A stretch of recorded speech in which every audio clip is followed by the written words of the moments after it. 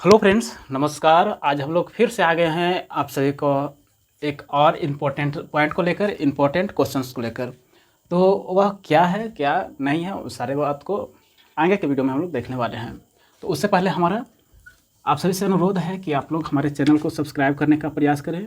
आगे आप सभी को पता चल जाएगा कि क्यों आपको सब्सक्राइब करना है और क्यों नहीं करना है। तो सबसे पहले तो दो चर वाले रैखिक समीकरण को तीन तरीके से हल कर सकते हैं, ये जानकारी होना चाहिए। और वह तीन तरीके क्या है? तो सबसे एक में आता है, पहला में प्रतिस्थापन विधि। प्रतिस्थापन विधि प्रतिस्थापन विधि आता है, ये एक विधि है। दूसरा विधि आता है, दूसरा विलोपन विधि आता है। क्या आता है? विलोपन विधि आता है। इस प्रकार से विलोपन विधि से होता है। और एक लास्ट होता है तीसरा, जिसको हम लोग ब्रजगुणन विधि कहते हैं। ब्रजगुणन विधि, ब्रजगुणन विधि, ब्रजगुणन विधि सबसे आसान तरीके से हम लोग बना सकते हैं तो वह है विलोपन विधि। और इससे थोड़ा सा सबसे आसान तरीका से यहाँ पर दोनों को बना सकते हैं, प्रतिस्थापन भी है और विलोपन विधि। ये दोनों है जो बहुत ही आसान है, ज़्यादा इसको बनाने के लिए कोई भी माइंड की आवश्यकता ज़्यादा नहीं होता है। थोड़ा सा हायर लेवल पर चल जाता है ब्रजगुणन विधि। अब ये हायर लेवल पर क्यों जाता है? तो इसके पीछे एक कारण है, और वह कारण क्या है कि इसको बनाने के लिए हमें फार्मूला याद रखना होता है। तो हमें ब्रजगुणन विधि के लिए वीडियो सही तरीके से अपलोड कर दिए हैं, आप लोग जाकर देख सकते हैं। यहाँ पर आज हम लोग पढ़ने वाले हैं प्रतिस्थापन विधि। एक वीडियो में ब्रजगुणन विधि पढ़े हैं, आज पढ़ेंगे प्रतिस्थापन, और अगले वीडियो में आ जाएगा विलोपन विधि। इस प्रकार से हम लोग चैप्टर 3 को ख़त्म कर चुके होंगे। मतलब कि यह 3 विधि है, 3 विधि के अनुसार हम लोग खत्म कर देंगे। और ग्राफीय विधि तो आप सभी को बता ही दिए हैं, आप लोग जाकर देख सकते हैं। तो चलिए, आज हम लोग प्रतिस्थापन विधि से बनाने वाले हैं, और इसके लिए हम यहाँ पर क्वेश्चन लेने वाले हैं।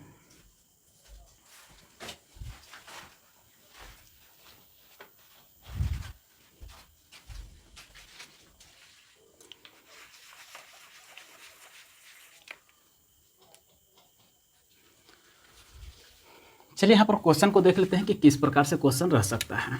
बहुत ही आसान तरीके से इसको हम लोग समझने का प्रयास करेंगे और समझेंगे और 10th को अच्छा करेंगे।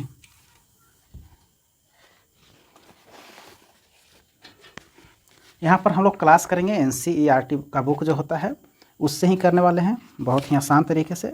इसका सबसे पहले एग्जाम्पल को हल करेंगे और उसके बाद फिर क्वेश्चन पर चलेंगे।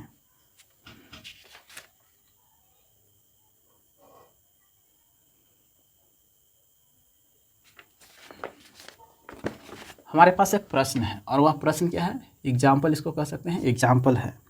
एग्जाम्पल के रूप में है 7x माइनस में 7x और माइनस में 15y, इसको 15y भी कह सकते हैं, और बराबर में 2 है। और इसी प्रकार से एक और समीकरण है ax और प्लस में 2y। ये हमारा समीकरण जो है वह 3 है। इस प्रकार से है, हमारे पास 2 समीकरण दिए गए हैं। इसी को हम लोग हल करेंगे सही तरीके से, बिल्कुल आसान तरीके से। आप लोग ध्यान देने का प्रयास करेंगे। ये हमें पहले लिखा है, यानी कि ये पहले लिखे हैं, तो ये समीकरण 1 होगा। इसके बाद दूसरा स्थान पर ये है, दूसरा समीकरण है, तो इस कारण से कह सकते हैं कि ये समीकरण 2 है। अब इसके बाद क्या करना है? अब इसके बाद क्या करना है उसको समझ लेते हैं। तो उसके बाद समीकरण 1 से या तो समीकरण 2 से चल सकते हैं। तो सबसे पहले हमें मन है कि 2 समीकरण से चलते हैं, तो यहाँ पर लिखना है कि हल बराबर हल। यहाँ पर से हल कर रहे हैं समीकरण 2 को। किसको कर रहे हैं? तो समीकरण 2 को हल कर रहे हैं। अब समीकरण 2 हमारा क्या है? तो x प्लस में 2y है और बराबर में 3 है। इस प्रकार से है, क्या है? x और प्लस में 2y और बराबर में 3, ये हमारा समीकरण 2 है। आप सभी को एक बात पता होगा कि बराबर के दूसरे साइड कोई भी संख्या जाता है तो वह किस में हो जाता है? तो माइनस में होता है। x जिस तरफ है उसी तरफ छोड़ देते हैं। यहाँ पर 3 लिखना है, 3 जहाँ पर है उसी स्थान पर। ये प्लस में 2y है, इसको दूसरे साइड लेकर जाएंगे तो माइनस में 2y हो जाएगा, इस प्रकार से। और हमारे पास x का मान आ चुका है। x का मान हम लोग समीकरण 1 में रखेंगे और उसके अनुसार हमें y का मान प्राप्त होगा, और y का मान हम आ जाएगा तो फिर से एक बार x के ये जो x का मान है इसमें y का मान रखेंगे और सही तरीके से हल करेंगे। जैसे कि यहाँ पर लिखना है कि समीकरण 1 में क्या करना है? तो समीकरण 1 में x का मान रखना है, x का मान रखना है, या रखना है तो रख कर x का मान रखने पर क्या करने पर? तो समीकरण 1 में x का मान रखने पर। अब समीकरण 1 हमारे पास क्या है? तो 7x है, माइनस में 15y है, बराबर में 2 है। 7 है, 7 लिखेंगे। एक्स के स्थान पर रखना है क्या, तो 3 माइनस में 2y, क्योंकि हमने लिख दिया है कि समीकरण 1 में एक्स का मान रखेंगे और एक्स का मान 3 माइनस में 2y है। तो यहाँ पर एक्स के स्थान पर ब्रैकेट के अंदर में बंद करके लिखना है 3 माइनस में 2y और माइनस 15y बराबर 2। इसी प्रकार से अब 7 से गुना करना है, इसमें करना है 3 में, फिर 7 से गुना करना है 2y में। तो 7 में 3 से गुना करते हैं तो 21 आता है और माइनस में 7 में 2 से गुना करने पर 14y आता है, माइनस 15y। इतना तक आप सभी को समझ में आया होगा, इसमें हमें कोई प्रॉब्लम नहीं लग रहा है। आगे क्या करना है, तो आगे सेम वाला है उसको एक साथ जोड़ेंगे। जैसे कि यहाँ पर y है, तो ये y वाला है और y वाले को एक साथ जोड़ते हैं। इतना बात आप सबको पता है, तो बिल्कुल पता होना चाहिए। तो इन दोनों को जोड़ेंगे तो क्या आएगा, तो 14 और 15 को जोड़ते हैं तो माइनस में 29 आ जाएगा। क्यों, क्योंकि दोनों संख्या माइनस में है और जुड़ जाएगा और जुड़कर माइनस रह जाएगा, तो 29y ये माइनस में रहेगा। इस तरफ है कैसे, जो प्लस में है दूसरे साइड जाएगा तो कैसे में हो जाएगा, तो ये भी माइनस में हो जाएगा। यानी कि कह सकते हैं कि ये जो 2 है, ये 2 है, 2 के माइनस में 21 हो जाएगा। अब यहाँ पर माइनस में 29 है, 29 रहने देंगे, y है, y रहने देंगे। 21 में से 2 को घटाना है, 21 में से 2 को घटाना है। क्यों घटाना है, क्योंकि यहाँ पर माइनस का चिन्ह लगा हुआ है और जो बड़ा रहता है उसमें से घटाते हैं। तो यहाँ पर 19 लिखेंगे, दिख रहा है यहाँ पर, हाँ दिख रहा है। यहाँ पर 19 लिखेंगे, वो भी माइनस में रहेगा।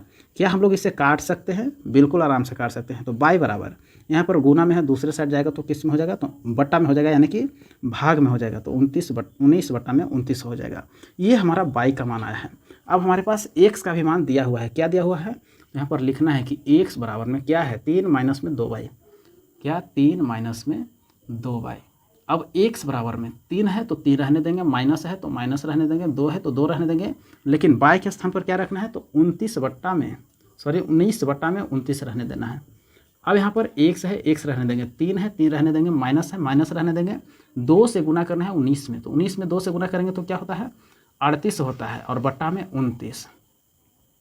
x बराबर, दोनों का इसके नीचे कुछ भी नहीं होता है तो 1 होता है और 1 29 का एलसीएम लेना है। आगे तो भिन्न का घटाव है वो कर सकते हैं। तो यहाँ पर 29 हो जाएगा, 1 से 29 बार विभाज्य होगा और 3 में गुना करेंगे तो इतना आ जाएगा।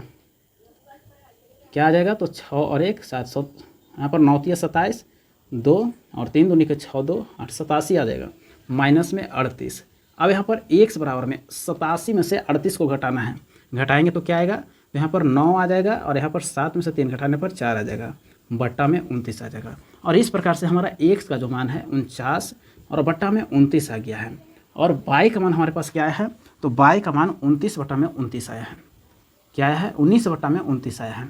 तो इस प्रकार से हम लोग विस्थापन को कह सकते हैं, क्या कह सकते हैं, तो प्रतिस्थापन विधि से इस प्रकार से हल कर सकते हैं। क्या इतना आप सभी को समझ में आ चुका है?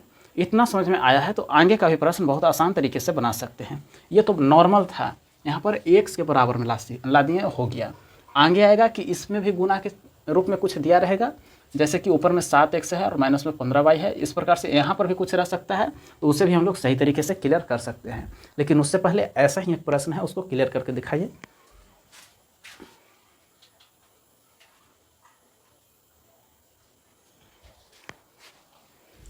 चलिए, इतना बात आप सबको समझ में आया होगा।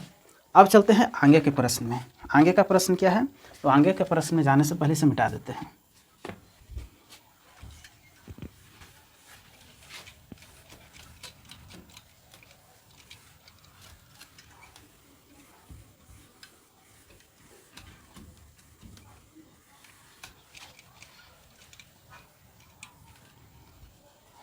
ये हमारा एग्जाम्पल पहला था, अब एग्जाम्पल 2 को लेते हैं।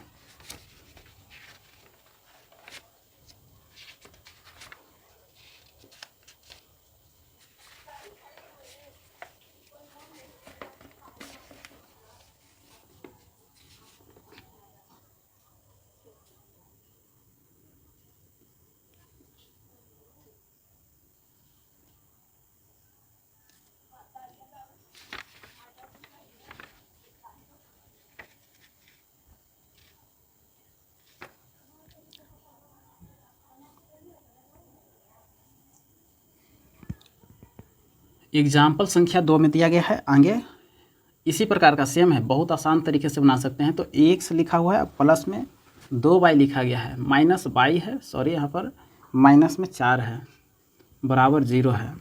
आगे क्या है, तो आगे 2x है और प्लस में 4y है और माइनस में 12 लिखा गया है बराबर 0 लिखा गया है। इसको भी सही तरीके से हल कर सकते हैं। किस प्रकार से? तो यहाँ पर थोड़ा सा प्रोसेस को अलग कर दिया है। क्या कर दिया है कि जो बराबर के दूसरे साइड होना चाहिए, क्या होना चाहिए? तो बराबर के दूसरे साइड होना चाहिए, उसको बराबर के पहले साइड कर दिया है।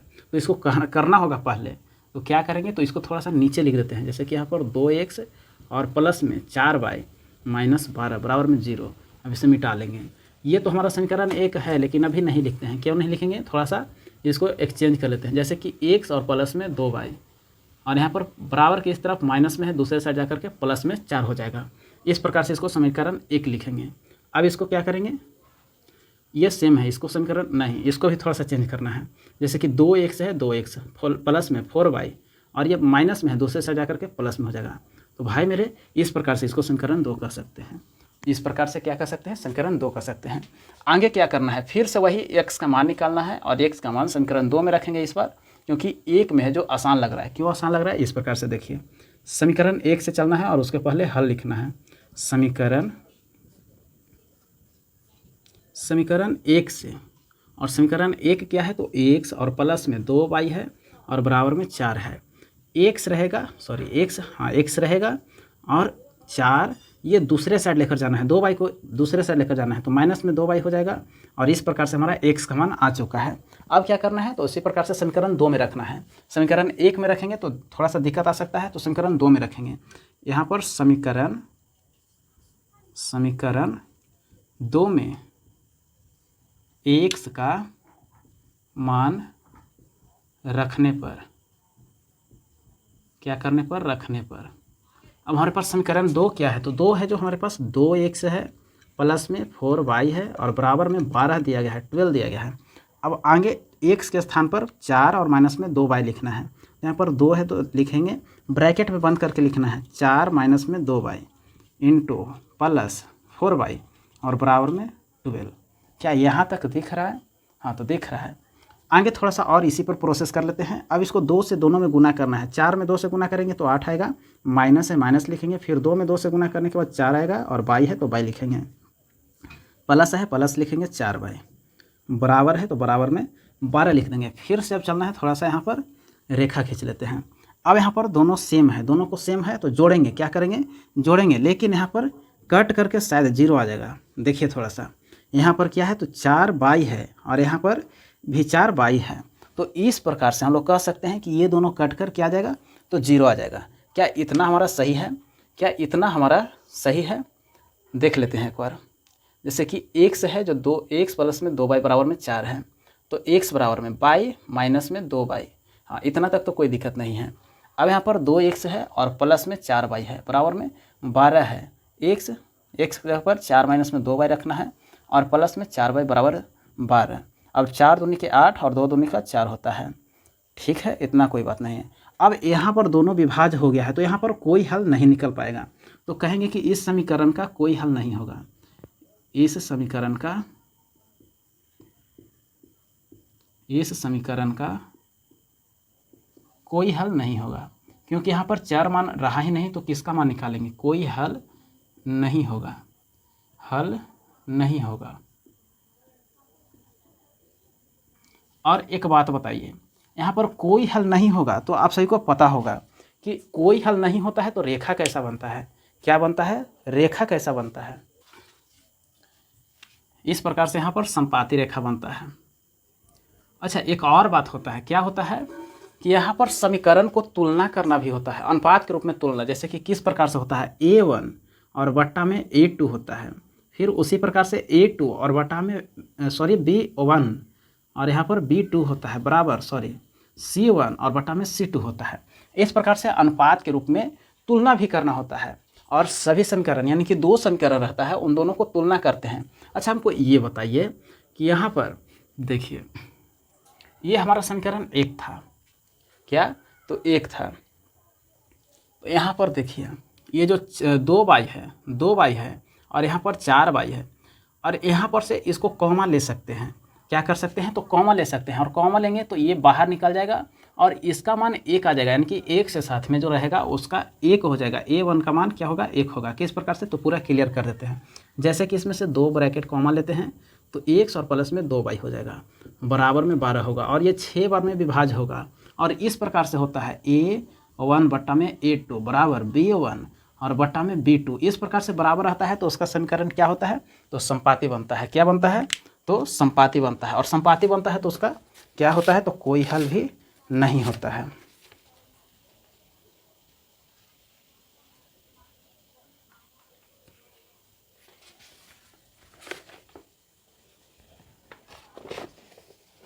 सॉरी, यहाँ पर थोड़ा सा देखने का प्रयास करेंगे। संपाती यहाँ पर लिखा गया है लेकिन होना चाहिए समांतर, क्योंकि संपाती में संपाती इस प्रकार से जाता है और इसमें अनेक हल होता है, मतलब एक ही रेखा पर दूसरा रेखा चला जाता है। होना चाहिए समांतर, यहाँ पर समांतर रेखा होगा, समांतर रेखा। और समांतर रेखा किस प्रकार से होता है, तो जो वैसे दो रेखा जो आपस में कहीं नहीं मिलता है, जैसे यहाँ पर इसका दूरी जितना है उतना ही यहाँ पर भी दूरी होना चाहिए, उसे ही हम समांतर रेखा कहते हैं। और समांतर कभी नहीं मिलता है और नहीं मिलता है तो उसका कोई हल नहीं होता है।